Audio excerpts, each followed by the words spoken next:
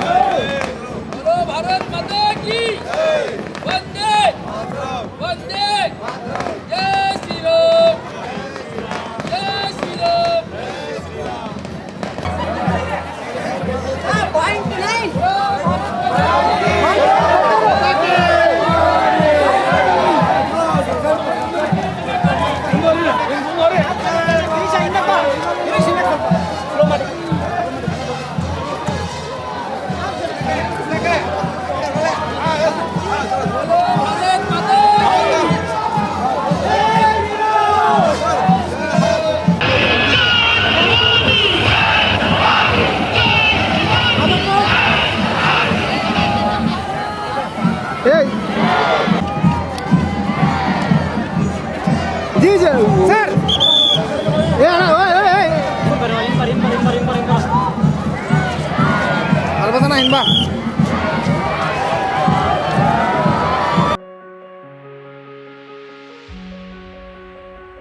ಕನ್ನಡಿಗರ ಮೆಚ್ಚಿನ ನಿಮ್ಮ ಟಿವಿ 20 ಕನ್ನಡ ವಾಹಿನಿ ಇದೀಗ ಟಿವಿಯಲ್ಲಿ ಲಭ್ಯ.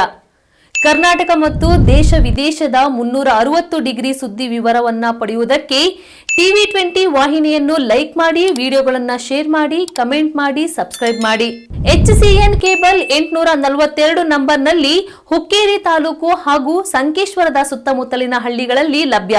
PCN ಕೇಬಲ್ 129 ನಂಬರ್ನಲ್ಲಿ ಹಾರುಗೆರೆ ಸುತ್ತಮುತ್ತಲಿನ ಹಳ್ಳಿಗಳಲ್ಲಿ ಲಭ್ಯ.